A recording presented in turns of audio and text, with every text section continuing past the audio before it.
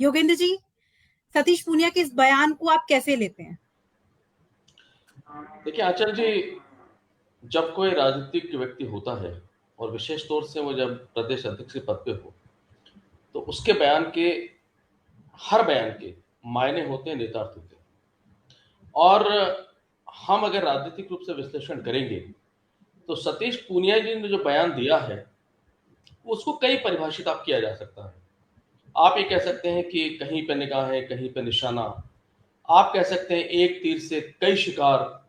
आप ये भी कह सकते हैं सेल्फ गोल। आप ये भी कह सकते हैं आप खुद को हिट विकेट होने की तैयारी, आप ये भी कह सकते हैं। तो ये सारी चीजों का मिला जुला जो स्वरूप है वो इनके बयान में परिलक्षित होता है। इनके इस बयान में भारतीय जनता पार्टी के जो अंदरूनी कलह है और जो अंतर्द्वंद है उसको स्पष्ट रूप से राजनीतिक रूप से परिभाषित कर दिया है। और मैं आपको बताता हूं कैसे परिभाषित किया है। देखिए, सतीश पूनिया जी ने भरपूर प्रयास किया केंद्रीय नेतृत्व के इशारे पर एक नई टीम, एक नई जमीन तैयार करनी है और विशेष तौर से वसुंधरा राजे सिंधिया को अलग करते हुए एक नई तैयारी करनी है। लेकिन पिछले 3 वर्षों का अगर आप देखें तो यह संघर्ष कम हुआ नहीं, वजूद कम हुआ नहीं, यह संघर्ष और ज्यादा बढ़ा। वसुंधरा राजे सिंधिया के जितने भी सिपह सालार थे या जितने उनके समर्थक थे, उन्होंने जितने बयान दागे वो ये बताते हैं कि वसुंधरा राजे सिंधिया फील्ड से हटने को तैयार नहीं है, हार मानने को तैयार नहीं है और अगली विधानसभा में अपने प्रभुत्व को जमाने के लिए वो किसी भी स्तर पर जा सकते। अब हो क्या रहा है भारतीय जनता पार्टी में, हम जब भी आप और हम बात करते हैं तो हमेशा हम करते हैं कि यहां पर कई खेमे बन चुके हैं। जैसे सतीश पूनिया का खेमा अलग है, राजेंद्र सिंह राठौड़ का खेमा अलग है, गुलाब चंद कटारिया का वो अलग है, किरोड़लाल मीणा अपनी अलग धुरी पे चल रहे हैं, वसुंधरा राजे सिंधिया अलग चल रहे हैं। तो सबसे पहले बहुत स्मार्टली इन्होंने क्या किया है कि अपना एक बयान दे करके और भारतीय जनता पार्टी जो 5 टुकड़ों में थी उसको उन्होंने एक डिवाइड रेखा खींच के 2 टुकड़े में बांट दिया है। एक टुकड़ा जो सीनियर है और एक टुकड़ा जो जूनियर है। सीनियर कौन है? 70 प्लस। जूनियर कौन है? 70 के नीचे, 65 के नीचे वाले। अब युद्ध यहां पर शुरू होगा। जैसे ही ये कहते हैं कि 70 की उम्र में रिटायर हो जाना चाहिए, तो इन्होंने बहुत स्मार्टली अपने सारे प्रतिद्वंदियों को पटकनी देने का संदेश दिया कि अगर ये लागू हो जाता है, उन्हें ऐसे दे दिया कि युवाओं को आगे लाने के लिए आपको हट जाना चाहिए। अब सीनियर में है कौन? इनकी सबसे बड़ी प्रतिद्वंदी है वसुंधरा राजे सिंधिया।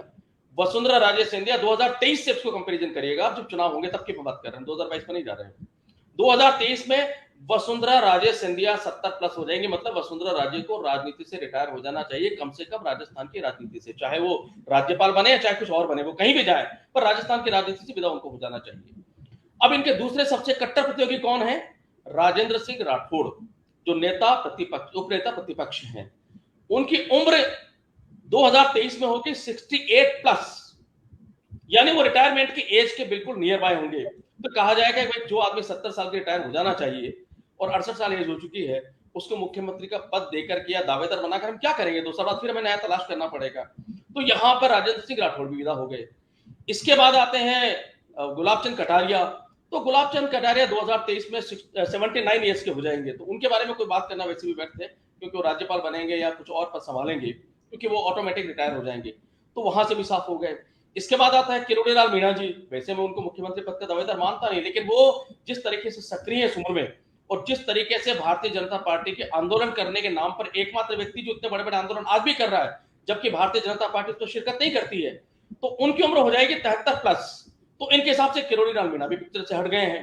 अब दूसरी बात, जो वसुंधरा राजे सिंधिया जो सबसे बड़ी प्रतियोगी है, उनके जो सिपह सालार हैं वो भी टारगेट पे आ जाएंगे। अब उनके सिपह सालार में कालीचंद सर्राफ हैं, वो 72 प्लस के हो जाएंगे, तो वो भी साफ हो गए। उनके साथ में अगर वासुदेव देवनानी आप कह लेंगे तो वो 70 प्लस हो जाएंगे, वो भी साफ हो गए। तो एक एक करके उनके सिपह सालार भी साफ हो जाएंगे, तो मैदान साफ हो गया। दूसरी स्मार्ट चाल ये इन्होंने चली कि इस तरह से करके 2 खेमे बांट करके जो युवा हैं, जिनको भविष्य देख रहा है, उनको अपने साथ ले लिया, क्योंकि उनसे बहुत ज्यादा खतरा नहीं है। अब इसमें कौन है? राज्यवर्धन सिंह राठौड़, वो युवा है, उन्हें कोई तकलीफ नहीं होगी। दिया कुमारी युवा है, उन्हें कोई तकलीफ नहीं होगी। तो इस तरीके से इन्होंने क्या है, ये 2 हिस्सों में, तो पहली स्मार्ट चाल है कि इस भारतीय जनता पार्टी को राजस्थान में 5 टुकड़ों के बजाय 2 हिस्सों में डिवाइड कर दिया जाए। अब जैसे ही आप युवा की बात करते हैं तो निस्संदेह अगला अध्यक्ष 3 साल के बाद चुना जाना है। तो जब 3 साल के बाद चुना जाएगा तो जब ये सारे सीनियर हट गए तो अब अध्यक्ष पद पे रहा कौन इनके कंपटीशन में? भाई दिया कुमारी रह गई। मुझे नहीं लगता कि हालांकि उनको बनाया जा सकता है, लेकिन शायद केंद्रीय नेतृत्व उनको ना बनाए। राजवंत सिंह राठौड़ बन गए, बहुत नाम चला था उनका बनने के लिए, लेकिन वो भी यहां से हट गए। ओम बिरला जी यहां पर आएंगे नहीं अध्यक्ष बनने के लिए, तो इन्होंने एक रास्ता और साफ कर लिया कि अगर अगला अध्यक्ष बनना है, वो युवा बनना चाहिए, तो युवा के नाम पर सिर्फ मैं रह गया हूं। तो सतीश पूनिया जी ने बहुत सारे खेल एक बयान से पूरा भूचाल यहां पर ला दिया। तीसरी बात, अब मैं बात कर रहा हूं सेल्फ गोल और हिट विकेट होने की। देखिए ये यहां पर, चूंकि हम राजस्थान की राजनीति में केंद्रित बात कर रहे हैं, इसलिए मैं सेंटर में लेके जाता नहीं हूं बातचीत को कभी भी, लेकिन यहां पर आप एक सेल्फ गोल में इसलिए कह रहा हूं कि केंद्रीय नेतृत्व कहता है कि 75 साल की उम्र में हम भेजते हैं मार्गदर्शक मंडल में, 75 साल के बाद में। अगर इन्होंने ये कहा है तो क्या भारतीय जनता पार्टी की निमिषा जी स्पष्ट करेंगी कि क्या केंद्रीय नेतृत्व की रिटायरमेंट की एज या मार्गदर्शक मंडल की एज अलग है और स्टेट की अलग होगी? एक बात। दूसरी बात, अगर ये 70 साल कहते हैं तो सबसे बड़ा अहम सवाल, हिट विकेट में क्यों कह रहा हूं, सेल्फ गोल क्यों कह रहा हूं, कि इन्होंने सबसे बड़ा सवाल तो नरेंद्र मोदी जी के ऊपर उठा दिया है। नरेंद्र मोदी जी 2024 में जब चुनाव होंगे तो 74 प्लस के हो जाएंगे। केंद्रीय नेतृत्व के हिसाब से 75 वर्ष की उम्र उनको मार्गदर्शक मंडल में जाना चाहिए और सतीश पूनिया जी के हिसाब से उनको चुनाव से नहीं हट जाना चाहिए, नहीं लड़ना चाहिए। अब ऐसे में क्या राजस्थान के लिए पॉलिसी अलग बनेगी और केंद्र के लिए अलग बनेगी? अगर इनकी बात को माना जाएगा तो क्या वहां से नरेंद्र मोदी जी आउट हो जाएंगे और वहां भी कोई युवा लाया ना जाएगा? निमिषा जी बताएंगी कि 74 साल की एज में नरेंद्र मोदी को युवा मानेंगे या वरिष्ठ मानेंगे, ये भी उनको क्लियर करना पड़ेगा।